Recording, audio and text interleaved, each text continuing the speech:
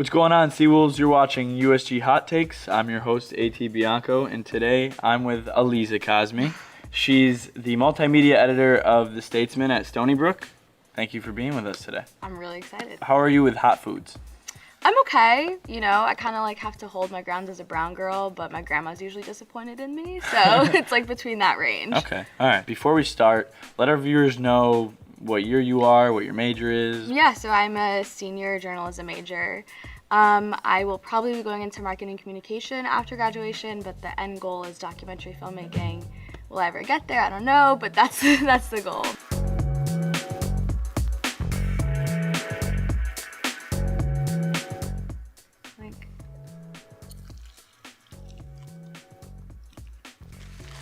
That's not bad. So this one isn't that bad. How long have you been a part of the Statesman? You said you're the multimedia editor. What do you do as far as multimedia goes for them? So I joined the Statesman kind of my freshman year, and then I dropped off for a bit, and I became assistant multimedia editor this time last year. Mm-hmm. So I think giving content that adds to the written content of the paper is really important. That's the goal of multimedia. Mm-hmm. It's give something that the readers can see the sources talking or hear their voice or see their face like that. But other than that, my usual day-to-day at the paper is just putting in photos for our online production, assigning photographers to go to sports games are really big, events, stuff like that. We also have a podcast that just came out that I'm really excited about. It's called Talk Newsy to Me. It's produced by one of my assistants, or she hosts it actually. And we basically just sit down with a group of college students and talk about a topic in the news, why it matters to us. Yeah, it's kind of what I do. Do you have a favorite story you've ever been a part of or written? I do actually. Well, I have two. Okay. You weren't here for this, but basically there was this hoax USG party that was running, and it was all memes, and they were getting so much traction. So during the election? During the election, okay. Yeah. And I thought it was hilarious. I was just obsessed with their Facebook page, so I wrote an article about it. And I was wow, this is really cool. That was the first article I ever wrote outside of classes, so that was really exciting, and it was just super funny and weird. And that's kind of how I got into writing about USG every once in a while. And then the other article, which is kind of my claim to fame, it's up on the wall of Bagel Express. Really? Yeah, because okay. I wrote a profile of this guy Burton Rocks, who he was a professor here in the business program. He does sports business, stuff like that, and he, I guess, is a big fan of Bagel Express. So he autographed my article, and it's on the wall of Bagel Express. That's awesome. Yeah, so I always sit by it, and I'm you know who that is? Yeah, I wrote my that. byline, yeah. That's funny. Do you get free bagels at least? No. Oh. But I have a bagel card, so two more, and I think I get a free bagel. Okay.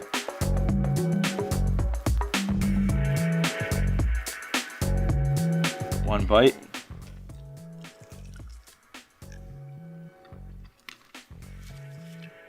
So for this one, you could kind of taste the orange a little bit. That's good, It's not actually. that bad. It's got kind of a kick to it.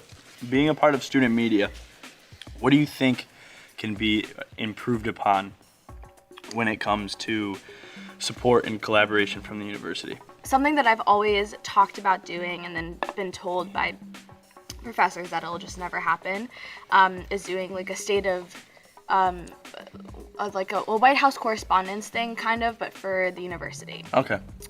Where student journalists and the university media office and other university officials that we interview can kind of come together, not necessarily roasting or whatever, but sort of an informal setting.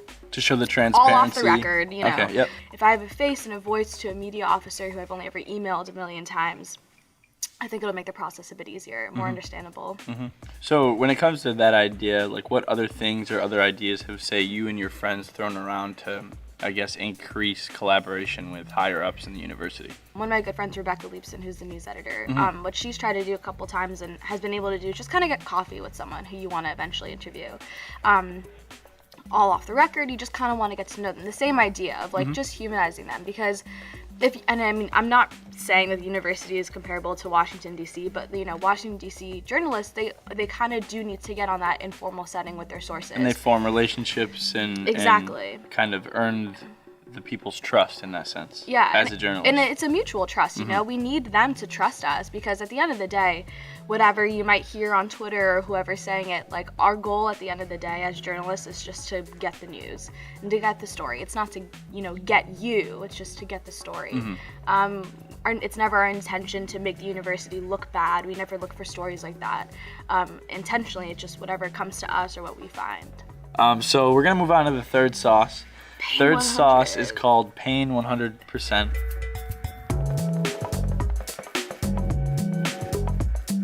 Take a bite. Clink. Cheers. Okay. So, why did you pick Stony Brook? That's a good question. So, little background story. My cousin came here. She was a year older than me, so you're going for the milk? I'm gonna fight it off. I think I can do one more. Milk gets me through the show. Yeah. So she came here in my senior year of high school. I came, went to some frat party, went to homecoming. I was like, college is great, I love it, but I hate Stony Brook. This campus is horrible, like the party was kind of whack, whatever. I applied to a bunch of schools, I get into a bunch, and then it kind of starts to dawn on me that I have to pay for this somehow. And so I start to panic, and then I come to the journalism like accepted students day. And I remember this so clearly. Like I walk into the newsroom of the library and I was like, oh, like I can see myself here. Like this is like a legit, like forget Stony Brook, forget the rest of it. The journalism school is really what got me here. Once I got here, I really did enjoy it. It took some time. I think everyone has an Right, adjustment kind of they have to period. find their niche. A lot of my friends are actually journalism majors, which like at first I was kind of like, no, I need to like spread my wings, but I think there's something about people who want to be journalists that just makes them click with each other. Like we have the same gritty sense of humor. We're all like very vile. Actually, like newsroom, like we always say if we ever had an HR person in the Statesman, we would get shut down in a second. Like we just make like the worst jokes towards each other. But it's really always a fun time. So we're gonna move on to the fourth sauce. Okay. This one's called Da Bomb. It's beyond insanity. So napkins ready, water, milk ready. Okay. Let's get to clinking. There it is.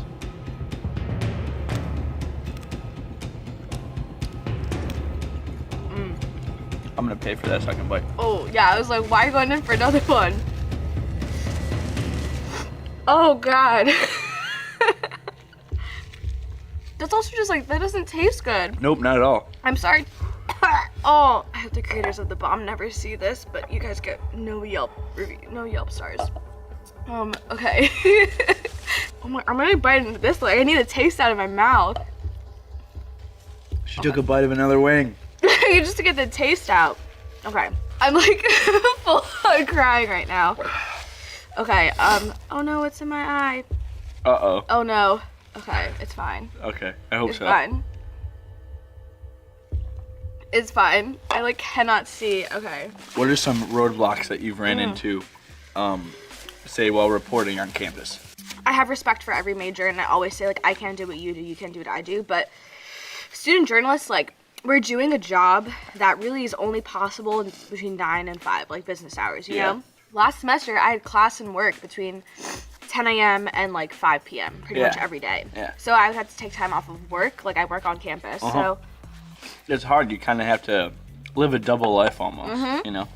because other majors can maybe stay up writing a paper until 3 a.m. or like, you know, study in the library all night. And while I can like write an article during that time in order to actually get the material for the article, I need to do it during the day. Dude, is my makeup all over my face? Like, Oh, no, you look great. Thank you. Okay. This is the hardest thing I've ever done as a student journalist. This Really? show, yeah. Oh. Talking while eating hot wings. Oh my god, dude. I'm in pain. You know, I actually don't like milk, but this is like the best thing I've ever Yeah, had. it's so it nice. coats the mouth. Yeah. All right, Okay. so last sauce, Mad Dog 357. It's pretty Okay. intimidating. This sauce will blow you away. We're gonna get right to it. I'm going to regret this.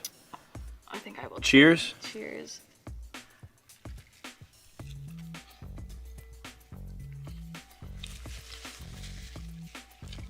What do you think? Is it actually gross? Wow. Yeah, these aren't like, they don't taste good. feel like I've cheated. I've like taken baby bites, but. You gotta survive. Yeah. So, Why don't to these conclude, taste good? if you can improve one thing for women in this country, Oh God. Okay. what would you improve on and why? How do I make life as a woman better? Wow, that should have been question number 1. We just talked about the whole time. Yeah, right. Okay. I'm like trying to figure out how to say this. While also burning on the inside. Do your ears pop? Like that's like what my ears are popping. I don't know Popping. why. That's a new one. My ears usually don't pop. I don't know if it's because like I'm not breathing. I don't know. Okay. We need a medic in here. She's not breathing. I'm not breathing. Slowly dying. Okay. Like, so I'm a feminist. I mean, I am. So I think when I try to explain to people who aren't feminists why they should be or what the goal is, they just think it's about like man hating or, you know, I think it's lost on people that we just want to be where you at. Like, we just want to be equal, you know? And then once we're equal, we can talk about dominating. No, I'm kidding. But I went to this really interesting talk, actually. Let's root it in some, like, academia, right? So... Rooting everything on hot takes in academia. Yeah, that's how we do quote it. You on that. So I went to this talk. It was through the Provost Lecture Series last semester. This woman, Dr. Richards, I forgot her last name, I'm sorry. She's from another university. She talked about how there are these, like, social constructs and things that we don't even realize are impacting us and how we behave, whether you're a man or a woman. So it's whether how you are perceiving someone or being perceived.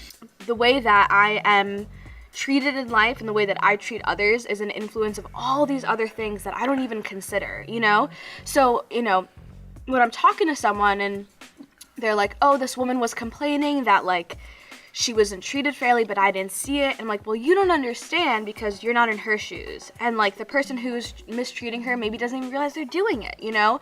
So there are all these sorts of things that we just don't even realize are playing into how we behave between gender, between race, between all these other, you know, different class systems that we have. I don't know if that really answers the question, but basically, like, I think becoming aware of how we were brought up, what we were taught, what makes us us will help us interact with other people better, whether, like I said, as women or whoever. Thank you for going into that in depth and kind of giving me a look on how not only you as a journalist think, but like just you as a woman in general think. So thank you for being with us today.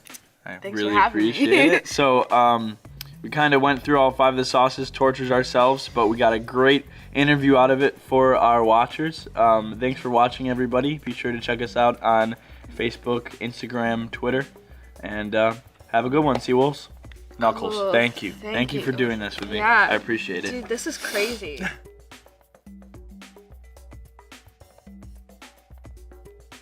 Hey, what's up, Seawolves? Thanks for watching that last episode. If you want to see more episodes, check us out on our YouTube channel at SBU USG. Thanks for watching.